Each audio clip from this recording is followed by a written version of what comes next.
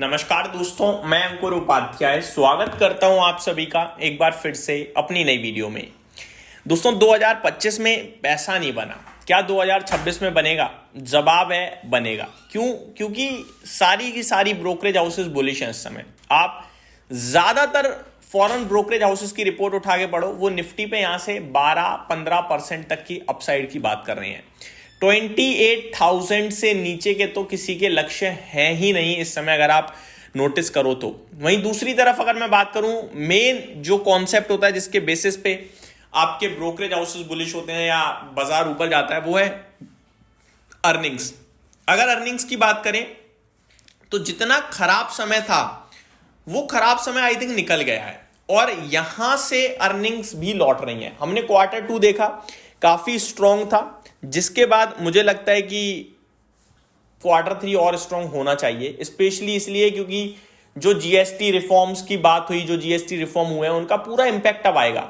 जो आरबीआई ने rate cut करा है, जो लिक्विडिटी बाजार में छोड़ी है, उसका इंपैक्ट बाजार में आएगा। तो मेरे को लगता है ये सारी चीजें बाजार में बहुत पॉजिटिवली इंपैक्ट डाल सकती हैं और यहां से अर्निंग्स में ग्रोथ आनी चाहिए। तो ये मेरे को लगता है कुछ बड़े रीजंस हैं जिसकी वजह से बाजार ऊपर जाना चाहिए। ठीक है, पहली बात।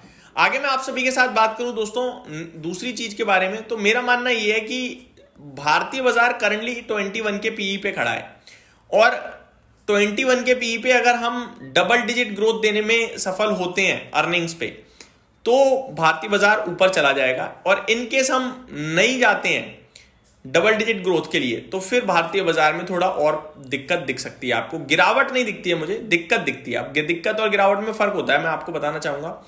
दिक्कत का मतलब है कि गिर सकता है, दिक्कत का मतलब है कि वहीं का वहीं कंसोलिडेशन में रह सकता है, घूम सकता है। गिरावट का मतलब गिरना होता है। तो दिक्कत में इसलिए बोल रहा हूं कि अगर अर्निंग्स नहीं आई तो ये 21 का पी 20 हो जाएगा ज्यादा से ज्यादा, पर मजा नहीं आएगा। लेकिन अर्निंग्स आई तो फिर बाजार वैल्यूएशन देना शुरू करेगा। जो प्रीमियम भारत के बाजार को मिलते थे वो मिलना वापस से शुरू हो जाएंगे, जिसकी वजह से मुझे लगता है भारतीय बाजार ऊपर जाना चाहिए। अगर मेन कंसर्न की बात करें 2025 में, तो वो एक अर्निंग थी, दूसरी एफआईआईज की सेलिंग थी, तीसरा आईपीओ मार्केट था। करंट सिचुएशन में एफआईआईज क्या है मैं आपको बताता हूं। सबसे पहले जेपी मॉर्गन का मानना है कि निफ्टी 50 इंडेक्स जो है वो 2026 के अंत तक 30,000 हो सकता है। बेहद पॉजिटिव है भाई। क्या कह रहे हैं ये पढ़ते हैं एक बार।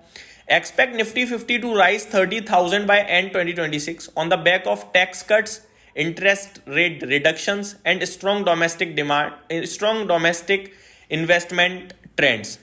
इनके सबसे ज्यादा क्या है? Favourite sectors like financials, materials, consumer goods, real estate and power, ये इनके फेवरेट हैं, but cautious on IT and pharma. ठीक है, जेपी मॉर्गन की ये रिपोर्ट। गोल्डमैन सैक्स की बात करें अगर, तो ये ओवरवेट है भारत को लेकर इस समय, और इन्होंने अपग्रेड करा है ओवरवेट की रेटिंग को। 14% की अपसाइड देख रहे हैं, ये पहली बात। लक्ष्य की अगर बात करूं मैं आप सभी के साथ, तो वो भी आपके साथ डिस्कस करना चाहूंगा। एंड 2026 के लिए 29,000 की बात कर रहे हैं। क्या कह रहे हैं? Strong earnings momentum, supportive economic policy and domestic institutional investment flows offsetting earlier foreign outflow. तो ये बुलिश है भाई साहब। इन्हें अर्निंग्स वापस से दिख रही हैं बढ़िया। भारत में जो कुछ हो रहा है पॉलिसी जीएसटी जैसी, वो इन्हें अच्छी दिख रही हैं। और डोमेस्टिक डीआईज के फ्लोज जो हैं वो बहुत स्ट्रांग दिख रहे हैं, जिसके दम पर ये निफ्टी में 29,000 की बात कर रहे हैं। नोमुरा की बात करें तो नोमुरा निफ्टी को लेकर बुलिश है और टारगेट है 29,300 का, अगर 2026 के अंत तक।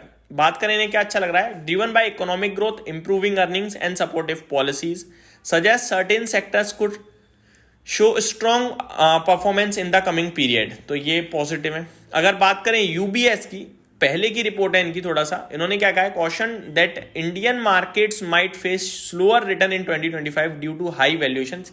ये पुरानी है, 2025 में हाई वैल्यूएशन थे उस समय एक्चुअली में, इसीलिए इन्होंने कहा था कि रिटर्न्स कम रह सकते हैं, आए ही नहीं। निफ्टी पे हालांकि फ्लैट हो गया बाजार, लेकिन स्टॉक्स में बड़ा बुरा हाल रहा।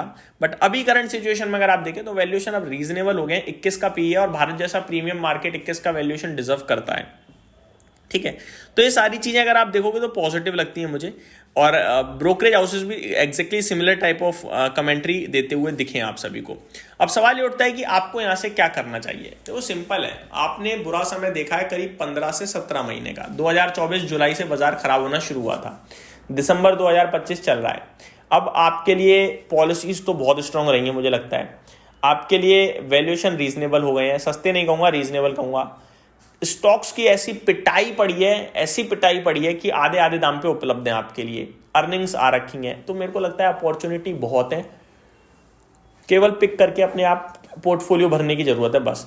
कुछ समझ में नहीं आ रहा है, म्यूचुअल फंड के माध्यम से लगाओ, समझ में आ रहा है डायरेक्ट स्टॉक्स में निवेश करो। और अगर आपको लग रहा है कि भारतीय बाजार तो बेकार है, तो मैं आपको बता रहा हूं, आप अभी तो नहीं आओगे, लेकिन 2026 के अंत तक जरूर बाजार में उतरने की कोशिश में लग जाओगे, लेकिन तब तक बाजार हो चुका होगा महंगा। तो ये मेरी तरफ से अपडेट थी, उम्मीद करता हूँ डिटेल्स पसंद आई होंगी। Thank you so much for watching this video, have a great day guys.